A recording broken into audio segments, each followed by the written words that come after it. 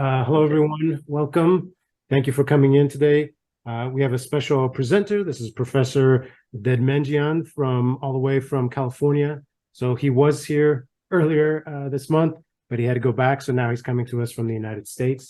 So this is one in a series of different presentations dealing with different aspects of the university and how to ensure that we continue to enhance our capabilities here at AUA. So this one deals specifically with faculty governance and different aspects associated with that. Nazaret, go ahead and take over. You let me know if you want me to change anything or adjust anything, but you have full control. Thank you, Brent. Well, my name is Nazaret Dermendjian, and I have been a member of the Faculty Senate at California State University for Northridge for years. And I was part of the executive committee of the Faculty Senate for years.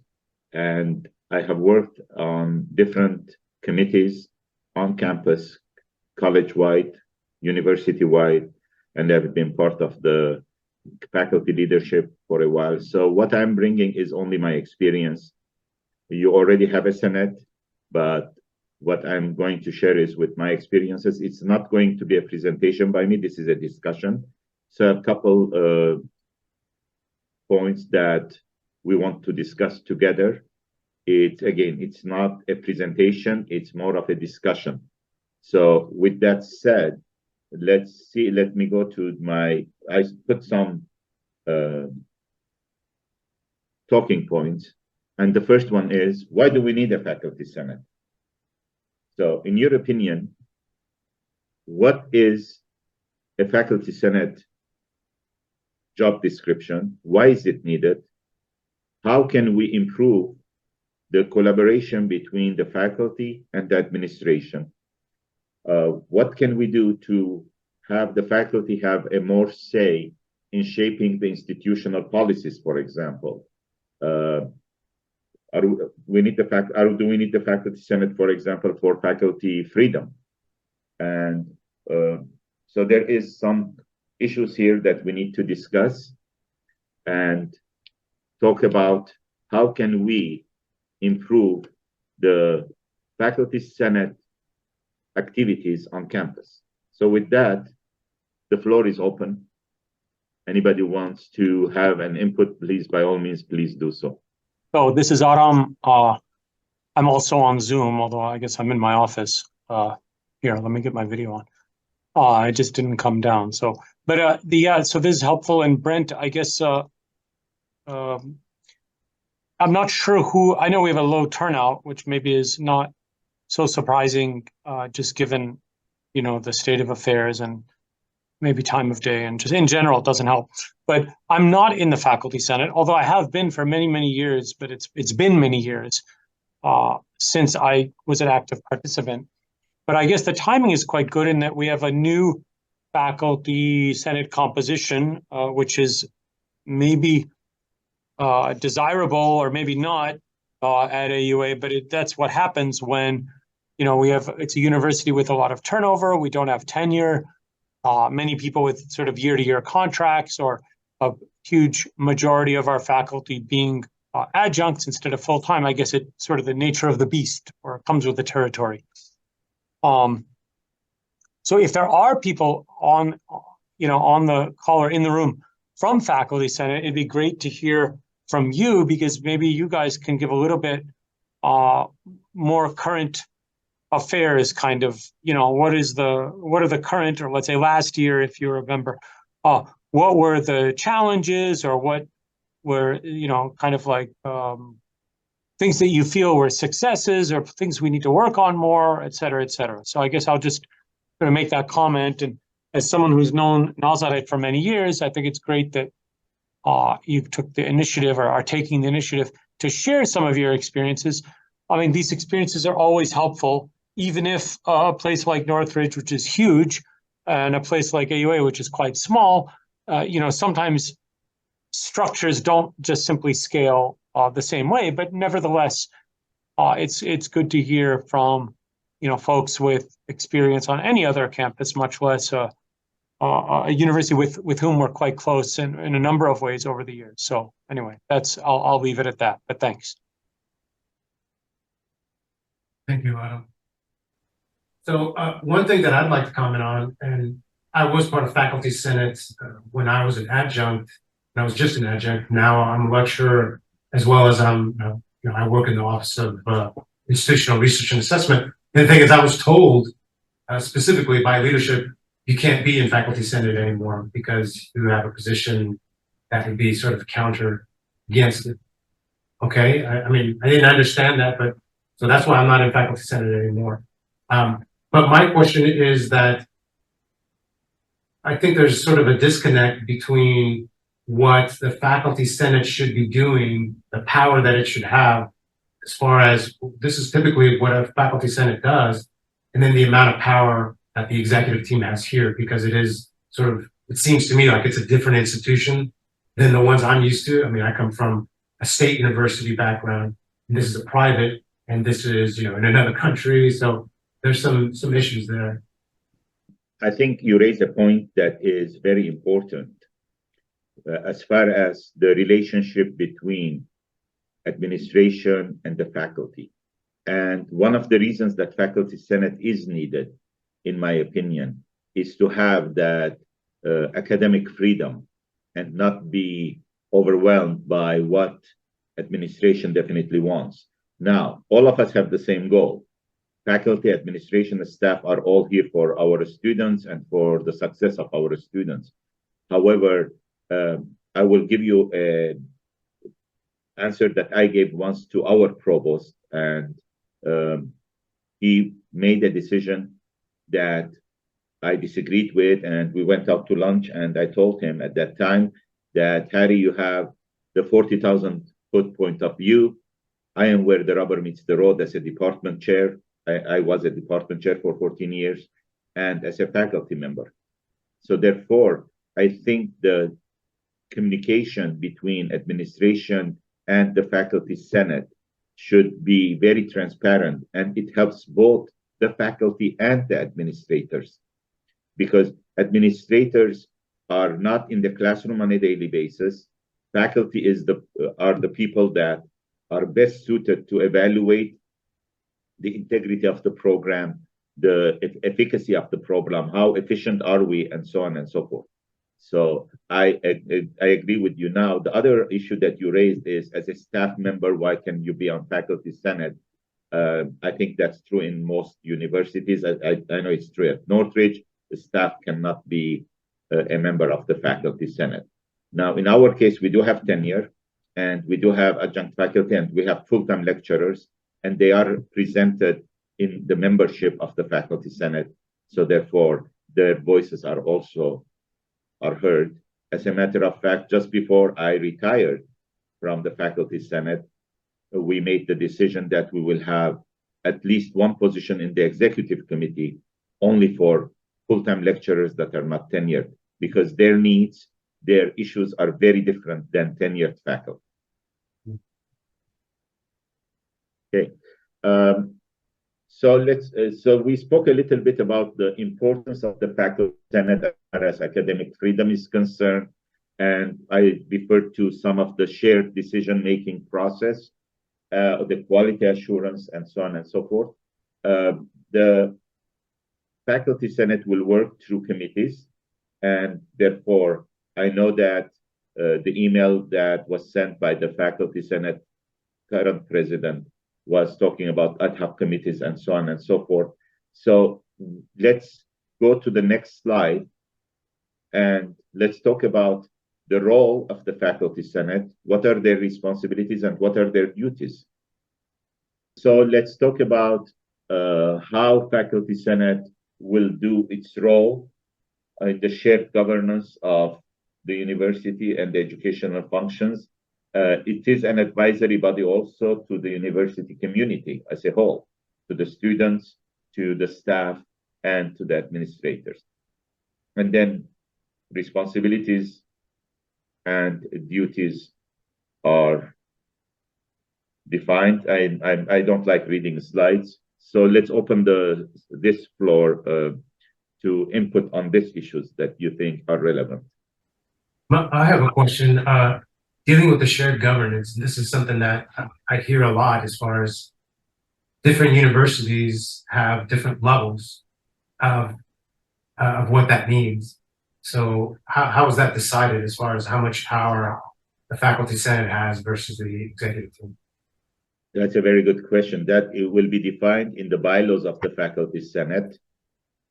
The faculty senate will decide what level of involvement they want to have. Now, they're not going to have the power of firing a staff member, for example. That's purely administrative. But as far as pedagogy is concerned, as far as decision-making that will affect educational resources, for example, decisions on accreditation. We spoke about accreditation when I was physically in Yerevan a week ago. We spoke about what do we need as far as accreditation? Why do we need accreditation? Faculty Senate is going to also talk about what type of services are we going to provide. An example will be, are we going to offer online programs, completely online programs?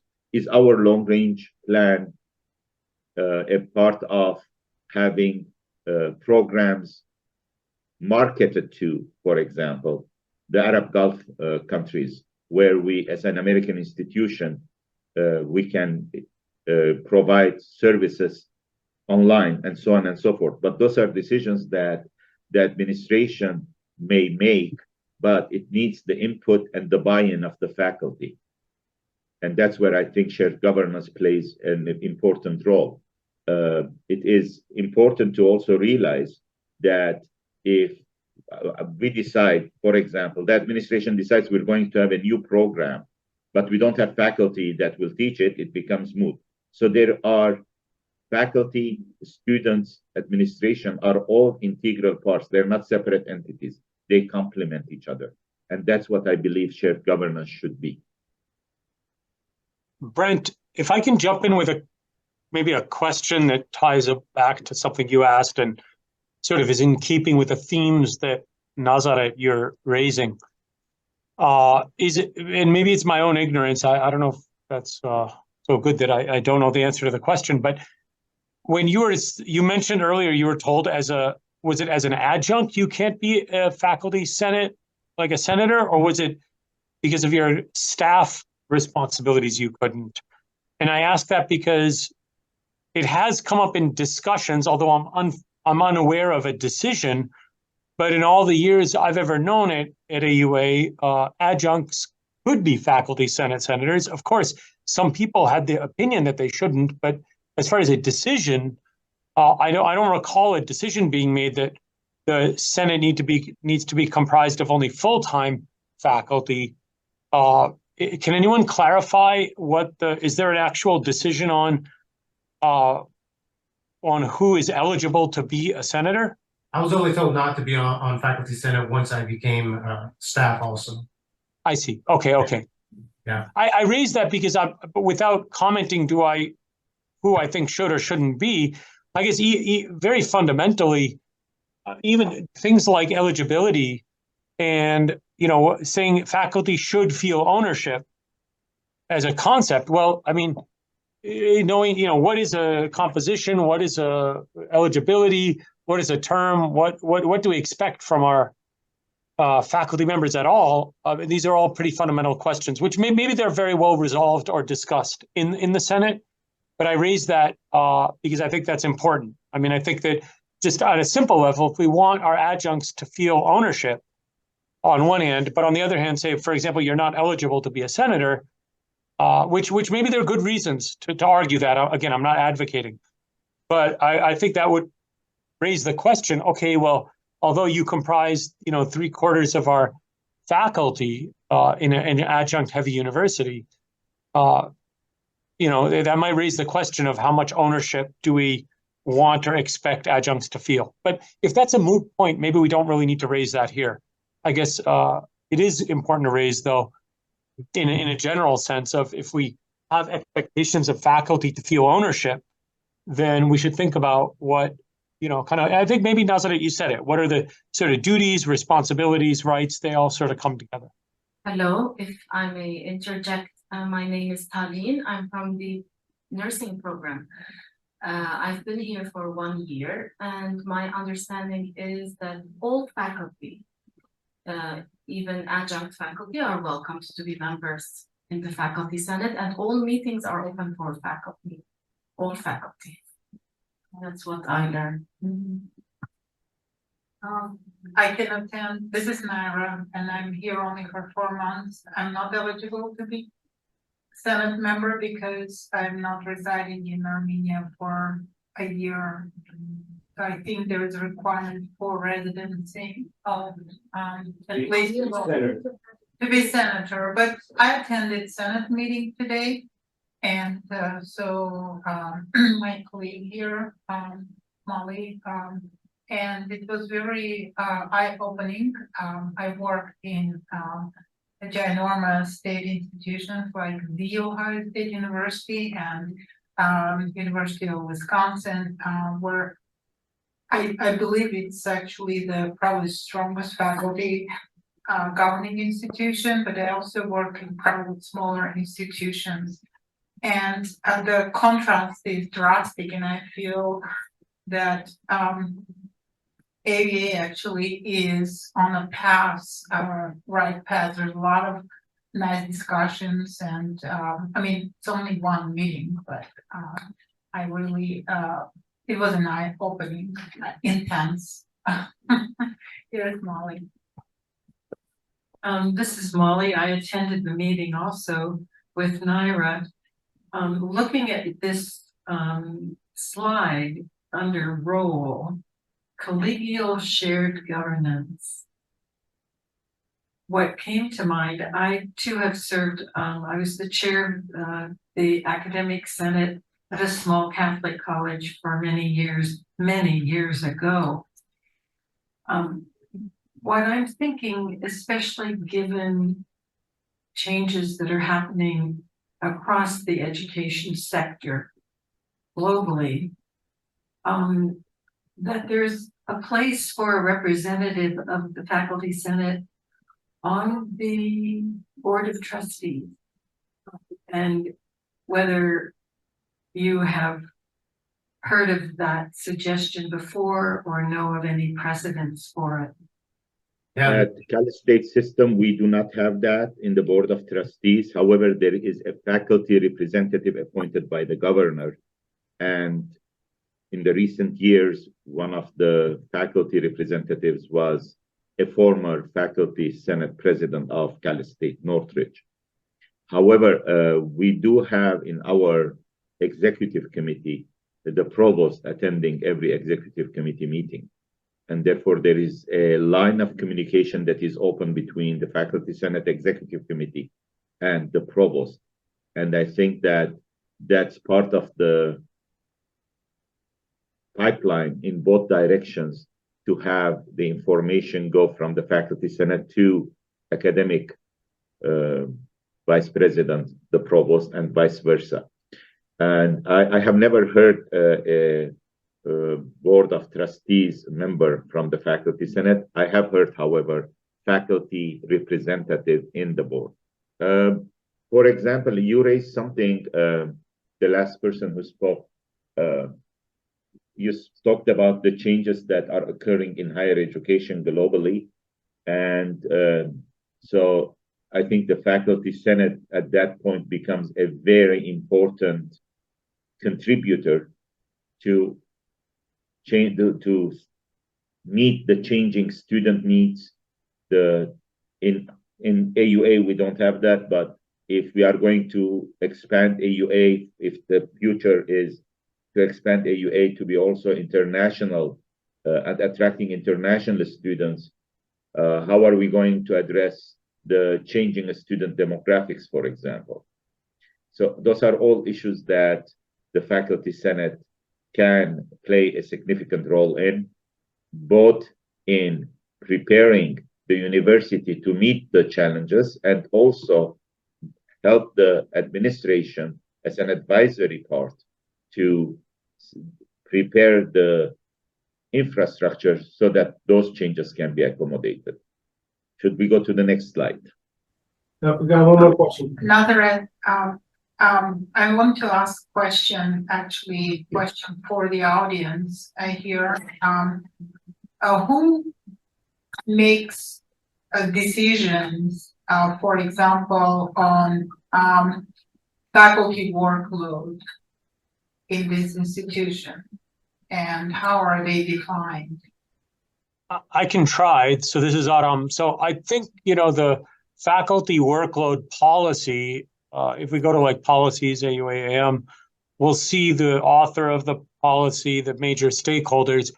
I imagine, and just from my memory, that Faculty Senate has an input into the crafting of that policy and any updates that go to it.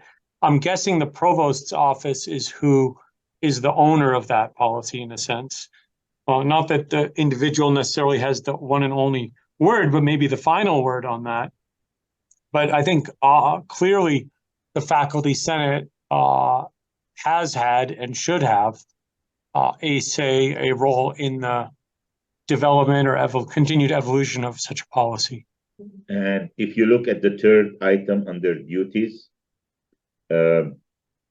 you establish faculty personnel policies, procedures, and criteria, and workload. Faculty workload will be an item that the Faculty Senate will discuss. Now, let's take a very hypothetical, extreme situation. Let's say the Faculty Senate decides a full-time faculty should only teach 3 units per semester. That's not going to fly. But if a faculty, for example, has a load of, let's say, 12 credits or units, depending on the universities, they use those 2 words interchangeably, and the faculty is working on a research program, on a developing new program, and so on and so forth, release time can be given. And those are things that Faculty Senate, in conjunction with the Provost's office, can discuss and create procedures for. Okay, I don't see anybody wanting to speak, so let me go to the next slide. So what activities?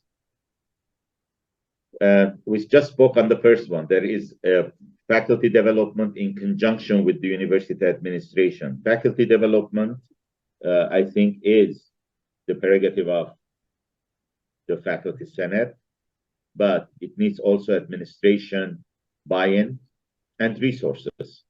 So therefore, administration may have an office of faculty development where the faculty can help each other. There may be somebody, exactly what I'm doing now. I have the experience and I'm sharing my experience. I'm not telling you what to do. I'm just sharing my own experience of being in the faculty for 30 years plus. And things may work for AUA that my experiences will help, and there are things that my experiences will not match. As Aram very truly stated before, that there are certain scales of things that will not work. So when you have a university with 5,000 faculty and staff and 35 to 40,000 students versus a university with 2,000, things may not work the same way. Also, public versus private university. So, but again, we can share our experiences, and it's not imposing our experiences on what I did, you should do type attitude. No, just sharing. And we can benefit from each other. We can learn from each other. One of the things, for example, we can do is visit each other's classroom and sit and for a lecture and then talk to the other professor. You know, I do this way. Have you tried it? And I have attended as a department chair. I visited my faculty every semester. And I can tell you that I learned and I've changed a couple of things that I did in the classroom based on the experience I saw the other faculty do. So we learn from each other. The important thing is that you have a sense of belonging, and that's the second thing. And I think the sense of belonging can be really worked on by the Faculty Senate by having inclusion. If your majority of your faculty, as Aram said, are adjunct, why not have adjunct faculty in the faculty senate and have their voice heard and their concerns that they are raising be heard? With that, let me open the floor again. I have a question on that, developing new courses and programs. How is that done in faculty senate versus being done within an actual program? Because it seems like that's a majority of how it happens here at our universities, that it's an individual college program that will develop a new course or a specific program. I can share with you what Northridge does. So if we're going to have a new program and the courses we're going to develop, they will be submitted to the departmental curriculum committee. Sometimes if the department is small, the entire department works as the curriculum committee. Then it goes to the college level curriculum committee. And once it's approved, then it goes to the university level educational policies committee. And once that is approved, that's when we submit it to the chancellor's office. We are part of a state institution of 23 campuses, and the chancellor's office is in charge. So there are new programs, new courses. Courses evolve. I'll give you an example. In our own program, for example, we had courses that needed to be completely revamped and or a brand new course be developed. I have developed about 4 brand new courses in our department in my years of being at Cal State Northridge, where I have changed the curriculum, but it has to be faculty-driven process. And the university level committee, which is a committee of the faculty senate, has to review those and approve them before we can proceed. And I think that that idea of having input, because you don't want to infringe on another department's program, and there is no sense in developing courses where other departments are offering it. I have seen certain universities where a certain course is taught in 2 different departments and they are cross-linked. I believe that that is a waste of human power, because their course is offered by a department. There is no sense in duplicating the work. And that's where I believe that the faculty senate, university level committee, college level committees play a significant role. I don't know how it's done at AUA, but we have done new programs. I was very much involved in the development, for example, of a brand new program in our department called construction management. And there are courses that we use from other departments rather than developing our own, because, for example, engineering management program, which is housed in the College of Engineering, offers certain courses that we can immediately use, and there is no sense in reinventing the wheel.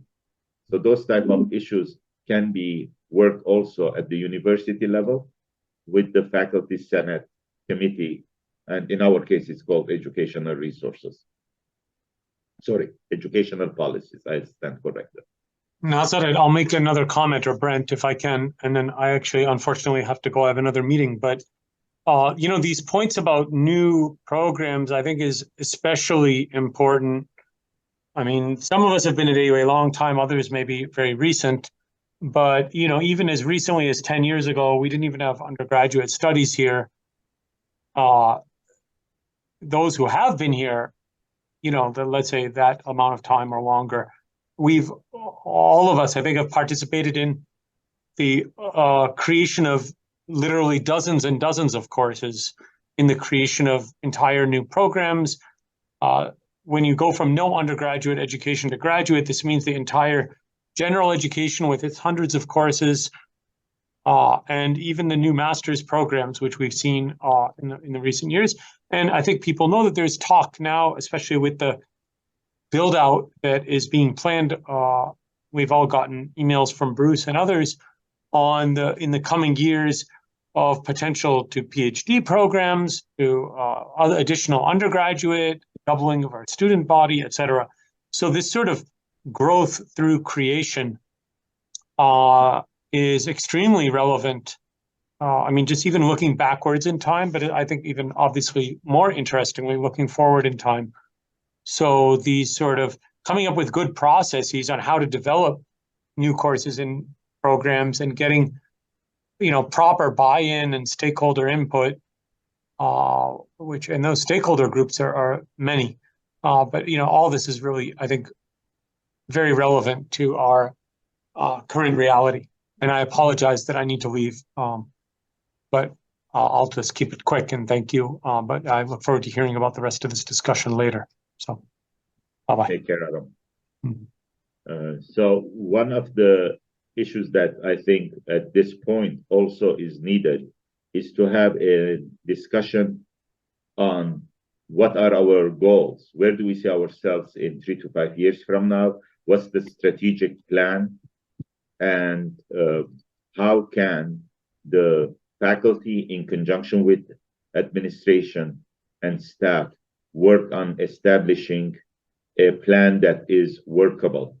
I mean, we can say we want to do this, but if we don't have the resources or the manpower, it defeats the purpose. So strategic plans should not be wishful thinking. They should be achievable goals. But that's another discussion session, I would say. That is a much deeper subject. All right. We had another question. Nazaret, every time you want to go to the next slide, I stop you. Okay. Sorry about that. So just a question actually again to audience. What is done here with regards to cross-listing of courses between different colleges? Because we're a small institution, and I think also with regards to graduate program or any program in the future, nobody expects to have 20, 40 students in one classroom. Usually those are the smaller programs.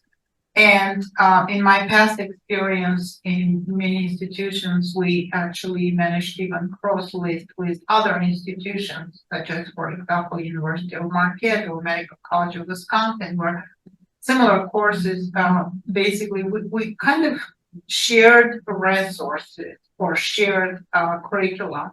But a lot of these discussions and policies were developed at the level of Senate. And I almost feel like this is going to be soon a question here, unless you already have such policy in place. No, because I feel it's important in this era, right? For my limited knowledge of 1 year in our program, I have not heard of cross-listing of, further resources for the AUA community, unless if it comes to memory, there's the Erasmus program that they do exchange of students per semesters, if that's what you're referring to, or it's something else. I only know of that, but maybe that's something else. Yeah. Just to add to that, in the context of transitions of higher education, there is an organization that brokers sharing courses across institutions of higher education. I think it's called RISE. I'm not sure, but that may tell us something about trends that obviously faculty has a direct self-interest in. So let me see if I understand the question correctly. So let's say courses taken hypothetically at Yerevan Polytech can be used to substitute a course at AUA. Is that the idea of the question? Yeah, that's right. Or globally. Or globally, says Mo. You can develop memorandum of understanding with at least the local institutions where courses will be discussed with the faculty of the other university, and then the courses are adjusted so that when the student comes with that course, it will be either automatically given equivalency, or the department chair can give the equivalency to the student. We do that with the community colleges, for example, all the time. In the US, we have the community colleges and we have the memorandum of understanding. So the MOUs can be very easily done. Now, one of the things that, food for thought again, one of the things that some of us worked, some of the Armenian faculty, especially at CSUN, at Northridge, worked with AUA was to establish a sister institution, a relationship between AUA and Cal State Northridge. As a matter of fact, the previous president and the CSUN current president signed a memorandum of understanding last academic year, and they are now sister institutions. And one of the things that can very easily be done I'm an engineering professor, so I'll give an engineering example. The capstone course can be done with students both from AUA and Northridge, whereby they work on the project together and they present together. Nowadays, with the advent of one of the advantages that we had with the COVID situation was to be able to have meetings like this via Zoom and be in real time, but in different places. I am talking to you at 7:43 a.m. Thursday morning in Northridge, while it is 6:43 p.m. and we are doing it live. One of the points that also I think needs to be discussed is I have seen institutions and I've seen programs with that have gone stagnant versus growing and progressing. So I put that talking point on my agenda, and that requires a paradigm shift, but that's something that the Faculty Senate has to sit down and see if they are interested in. Discussions are very important, in my opinion. This is where we learn from each other. As I said, this is not a lecture. I'm not lecturing. I am just facilitating a discussion. Any other issues that you would like to discuss? Brent, it's all yours. Okay, well, thank you very much, Nazaret. Yeah, this is great, and that's exactly what we need to do, is this continuing development.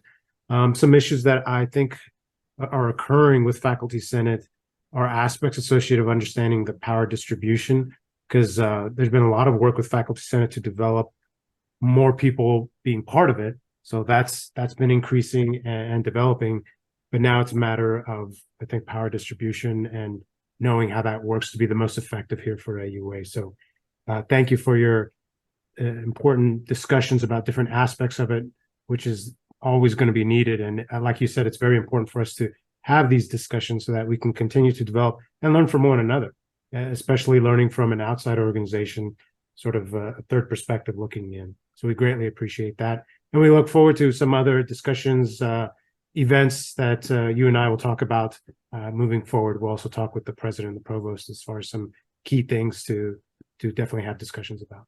So thank you very much, Nazaret.